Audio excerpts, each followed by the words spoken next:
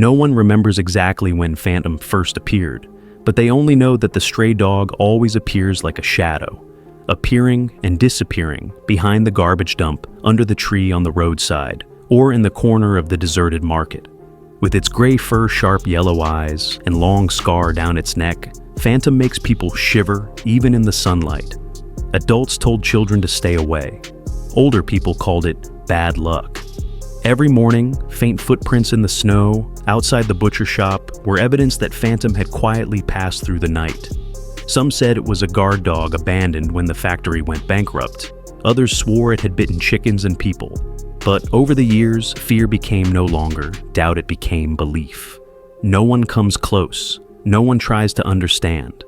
Phantom, a shadow that lives among people but has never been touched. Eliza, 8, lives in a small house at the end of the street with her mother. As a baby, she lost her sight after a high fever. But in the world without light, Eliza learned to listen to the rustle of leaves, the confused breathing of strangers, and the lonely silences that adults never speak of. Eliza had heard stories about Phantom, the dangerous dog told around firesides, whispered in parks. But each time people spoke of ferocity, she heard something else, fear, hurt, and a simmering sadness. That day when Eliza heard that Phantom was cowering behind the brick fence behind the elementary school, she did not hesitate. With her white cane clenched in her hand and her heart burning with compassion, she walked towards where everyone was avoiding her. As Eliza approached the old brick wall, she could feel the air thick with fear. People stood huddled together, whispering nervous. A few shouted at her to stop, but Eliza just smiled faintly as if she had not heard and kept walking, her white cane tapping rhythmically on the cold cement. The Phantom was there, a trembling black figure, its yellow eyes straining, its lips drawn back to reveal sharp teeth. A deep, heavy growl rumbled from its throat. Someone in the crowd held his breath. But Eliza didn't stop. She stopped a few feet from Phantom, bent her knees slowly, and sat down on the cold ground. "I don't want to scare you," she said softly. "I just wanted to know if you were sad." There was a long silence. Phantom didn't bark or run. He just stood there looking confused. Then very slowly he lowered his head and sniffed at her outstretched hand. The silence was broken by shock. No one understood what had just happened, but Eliza did. In that moment, without the light, she had found a soul as lonely as her. The winter wind blew through the square, carrying with it dry leaves and the stunned crowd. Phantom, the stray dog the town had once avoided, was gently nuzzling Eliza's hand. She sat still, unafraid, her other hand resting lightly on the white cane resting in her lap. Her lips moved slightly. "I know you're not bad. You're just hurt, like I was." Phantom stopped growling. Instead, he took a step forward and another until his head rested on Eliza's knee. The little girl ran her hand through the matted fur, feeling the scars beneath the rough skin. There was something deep inside that dog, a despair that had never been soothed. One man exclaimed, "It's the first time anyone has touched it." A woman took out her phone and started recording the scene, but no one interrupted the moment. Even Eliza's mother, who had just arrived and was holding back tears, did not dare to intervene. Before their eyes was a miracle. A blind girl, weak in the eyes of the world, had touched the heart of a creature that was considered hopeless. Eliza said softly, "My name is Eliza, and you." Phantom let out a sigh, sat down next to her tail, wagging slightly. From then on, the town stopped looking at Phantom with fear. They began looking at him with Eliza's eyes, with the belief that sometimes miracles come from the smallest acts of compassion. The next day, Phantom was taken to the local vet for a checkup. Eliza held her mother's hand tightly as they waited outside, feeling uneasy.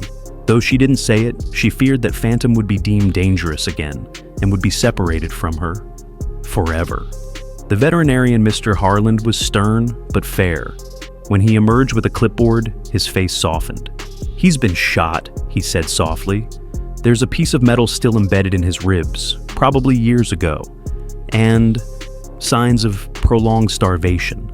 Eliza bowed her head. "So, why doesn't he trust anyone?" Mr. Harlan sat down beside her, placing his hand on her shoulder. "Because he trusted and was betrayed." A few days later, a volunteer at the veterinary clinic found an old rusty collar in a pile of lost and found items. It was faintly engraved to Blaze, my guardian. Phantom was Blaze, a guard dog who had been bred to be fiercely loyal. But then, according to old clippings found in local records, Blaze's former owner was prosecuted for keeping dogs illegally and for animal cruelty. After the trial, the animals were seized, but Blaze was nowhere to be found. Maybe he escaped, Eliza whispered. Run away from the place he called home. The pieces of the puzzle began to fall into place. Phantom now, Blaze was no wild beast. He was a broken soul who had been loved, betrayed, and had wandered in the dark for years.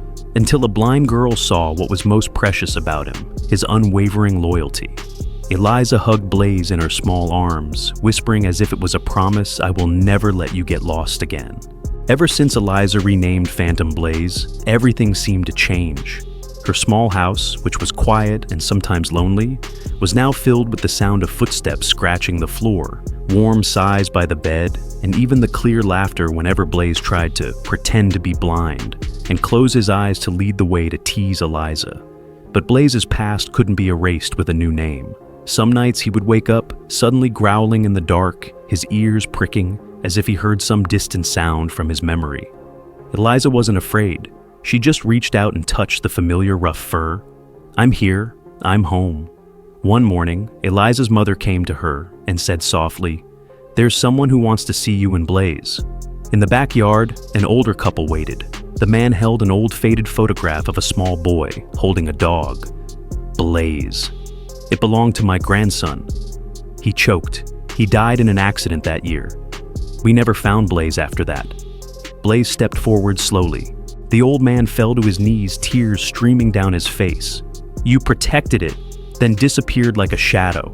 Now you're back. Eliza stepped forward and took his hand. I can't let him go, but I'm willing to share. Everyone was silent. Then he smiled, patting Blaze on the head.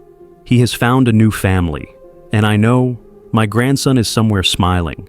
And so, from two losses, something new was born, a loving home, with no room for darkness. Since Blaze was officially allowed to stay, Eliza and her special dog have become familiar figures in the neighborhood. She takes Blaze for a walk every afternoon, her white cane tapping in rhythm with each small step. And Blaze is always by her side, silently leading the way as if he was born just to protect her. Neighbors call them the light and shadow duo, the blind girl who always shines with faith, and the once abandoned dog who has become the guiding light of a pure heart. Blaze learns to recognize Eliza's laughter in a crowd, and Eliza can sense that even the slightest touch from him means something unusual is coming. Between two broken souls, a wordless language is formed, the language of feeling and attachment. One day while sitting on the porch, Eliza whispered, Blaze, did people see only fear in you, at first like they saw helplessness in me? Blaze merely tilted his head, then pressed his nose against her palm, a touch that required no response. Eliza smiled, looking up at the sky. But, it's because we're different that we found each other. And in that moment, two misunderstood souls found their place. Not through the eyes, but through the heart. Blaze is no longer the silent ghost on the street corner, no longer the wary gaze or the sorrowful growl. Now he is a loyal friend, Eliza's second set of eyes, and a symbol of compassion that overcomes fear. People no longer avoided him. They bent down to caress him, calling his name affectionately. And Blaze, in every step he took with Eliza, no longer hid from the world. He lived fully in it, with a heart healed by faith and love. Compassion and courage can break down the barriers of fear and prejudice. Blaze, once considered dangerous and unapproachable by the entire town, finds himself again thanks to a blind girl who dares to listen with her heart instead of her eyes. Eliza doesn't need the light to see the vulnerability hidden inside the fierce dog's shell. This reminds us that in life, there are people who just need a chance to be understood and loved. Don't be so quick to judge someone by their appearance or rumors. Sometimes a small action, a touch, a gentle word, has the power to change the life of a living being and our own.